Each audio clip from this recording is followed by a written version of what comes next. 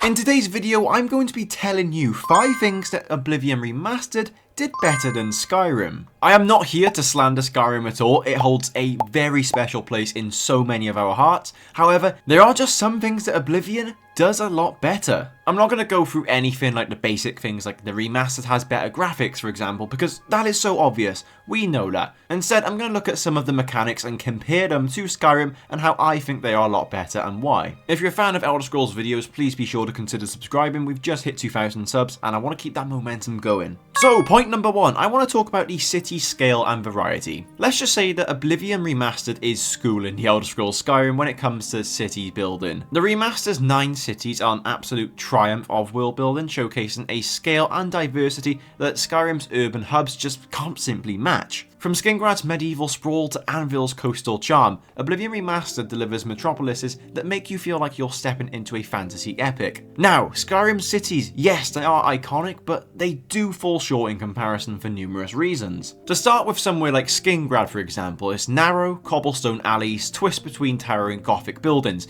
their stone facades etched with intricate details that glow under the torchlight. It is a dense medieval hub where merchants hawk wares in cramped markets, and it is, like I said in my previous video where I ranked all Oblivion cities, it is my favourite cities, I love it. There is just nowhere in Skyrim that has that sort of detail, that sort of immersion in terms of cities. Now, I guarantee one of you is saying, but it's because of the graphics make these cities in Oblivion seem better than Skyrim, and if Skyrim was remastered, they would look just as good if not better. Well, in my opinion, that's not necessarily true. You see, the scale of these Oblivion cities is far bigger and actually dense with more content and more to look at in my opinion. One of the main problem you do have in Skyrim is the fact that the cities just don't really feel like cities whatsoever. As well as that, they all stick to that Nordic theme, meaning they do look very similar. You obviously have your Whiteruns and Riftings which do look vastly different, and I can appreciate that. However, too many of the Skyrim cities just look too alike, and that's not their fault necessarily because it is a Nordic theme, so they are going to look the same.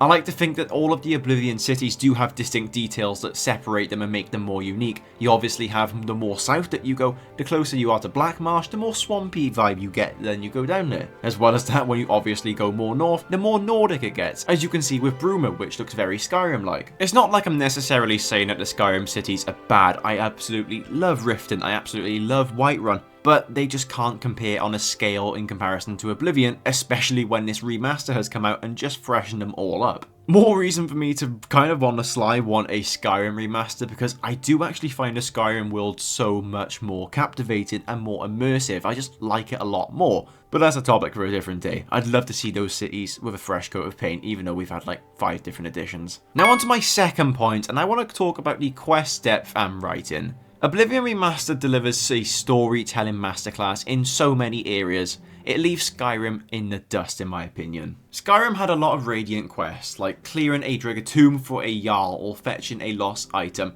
and it got repetitive, with generic objectives that blur together. Even standout quests like investigating Rift and Skooma trade often funnel you into a linear paths, go here, kill this, report back kind of stuff, with limited dialogue options. Skyrim's writing as well isn't entirely the best, it's very linear, very simple for a streamlined audience. It does almost take itself too serious as well in a way, it lacks that Oblivion playthrough depth. Yes, the Oblivion quests are longer than Skyrim's most of the time, but they are much more well written. In Skyrim, I felt like I knew what was going to happen before I even started the quest. Seeing Lucian strung up by his feet, skinned alive by the Dark Brotherhood, had me just completely shocked. I couldn't believe it. No quest in Skyrim has got even remotely close to the feelings that I had during the Oblivion Dark Brotherhood questline. And to compare it with some others as well, the Thieves Guild questline is fantastic, actually stealing an Elder Scrolls at the end. The twist and the turn of you becoming the Grey Fox. As well as that, even in the main storyline, you're not necessarily the main character, you're not necessarily that demigod like you are in Skyrim, where you're some overpowered Dragonborn.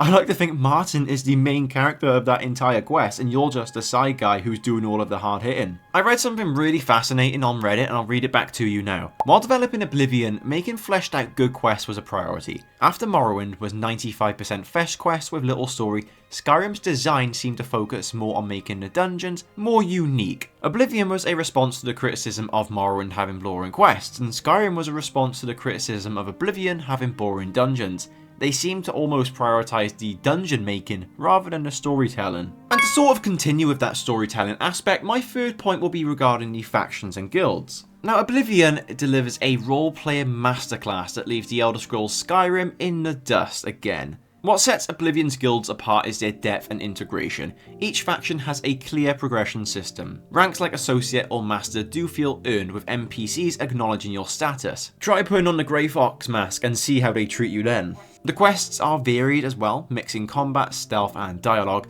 all woven into Cyrodiil's world. So obviously in Oblivion you have the Fighters Guild, the Mages Guild, Arena, Dark Brotherhood and the Thieves Guild. Now in Skyrim the Mages Guild is replaced with the College of Winterhold, and the Fighters Guild is replaced by the Companions, as well as keeping the Dark Brotherhood and Thieves Guild. Now what I absolutely loved about the Dark Brotherhood questline in Oblivion in particular is how unique all of the quests were and how specific they would need to be done in order to get that bonus reward. When you are assassinating everyone in that house in Skingrad, you had to make sure that no one saw you actually complete the assassination for some reason, even though everyone was meant to die. Even in the Thieves Guild, the quests were sometimes very tedious, however there were so many intricate ways in which you had to do things which I can truly appreciate. How the Grey Fox would lift the blood price if you can kill a certain person in a certain area. Every single quest was intricately detailed with unique things you had to do. Nothing was copy and pasted. It felt like every single Skyrim guild or faction had me just going into dungeons and crypts looking for things. At some points I felt like I was working and doing the same job for the exact same faction because the questlines were just so similar.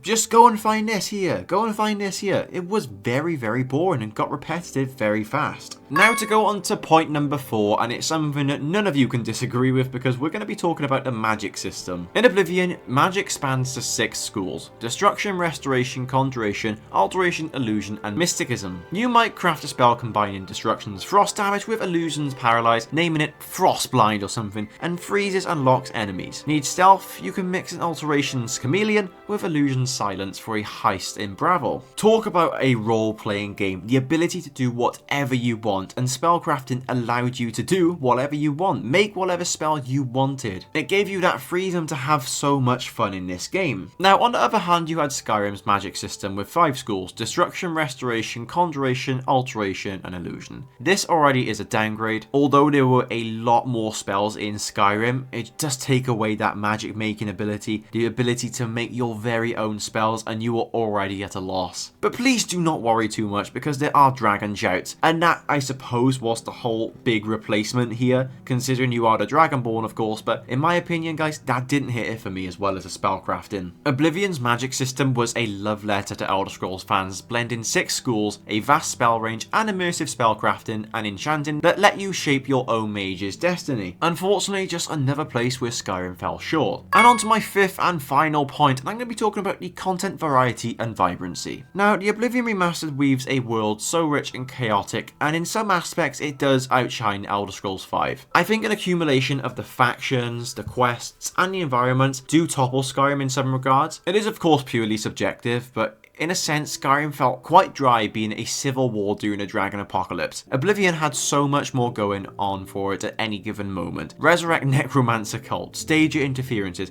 alien ruins, vampire lords and ladies, infighting factions and supernatural phenomena, crusades, becoming a Daedric lord, etc, etc. It felt like you could pick a direction and just stumble on any number of unique quests and experiences. Oblivion just had so much more meaningful content, more factions, more interesting quests, more environments, more story. You enter people's dreams, you fight through a freaking painting, you discover new enemies as you level up. Now, Skyrim's world does feel absolutely epic, and like I previously said, I do prefer the Skyrim world than Cyrodiil, but a lot of it is just very repetitive, and that is its downfall. Skyrim has 273 quests, which is impressive, but it is drier quality of quests. The whole Civil War and Dragon dynamic are very cinematic, but they do dominate for me, leaving less room for variety. Quests often involve Dragatombs or Bandit Caps, with Radiant tasks padding the count without depth. Guilds like the Companions or College of Winterhold have shorter arcs, averaging 6 to 8 missions, compared to Oblivion's sprawling factions. I'm sort of all over the place with this section, but the point I'm sort of trying to make here is predictability. Skyrim is too predictable, too linear, and when you do compare that to Oblivion's content variety and vibrancy, it is just no competition whatsoever. Oblivion's world is a living saga with unique quests, like infiltrating vampire layers or resolving guild disputes, feeling more handcrafted than Skyrim's. Although Oblivion does have less quests, all of them feel way more handwritten and way more unique. The quality is just so much better. But that's just my opinion, and for you, it may just depend what you like. Do you prefer quantity over quality? Or do you prefer quality over quantity? Do you think sometimes that less is more? Let me know in the comments. Also, make sure to let me know if I'm completely off in my head and I've been very wrong with some of the points I've been making, or maybe I didn't convey the points as well as I should have. Thank you very much for getting to the end of this video, and please be sure to consider subscribing once again, where you'll be able to catch all of my future and past videos.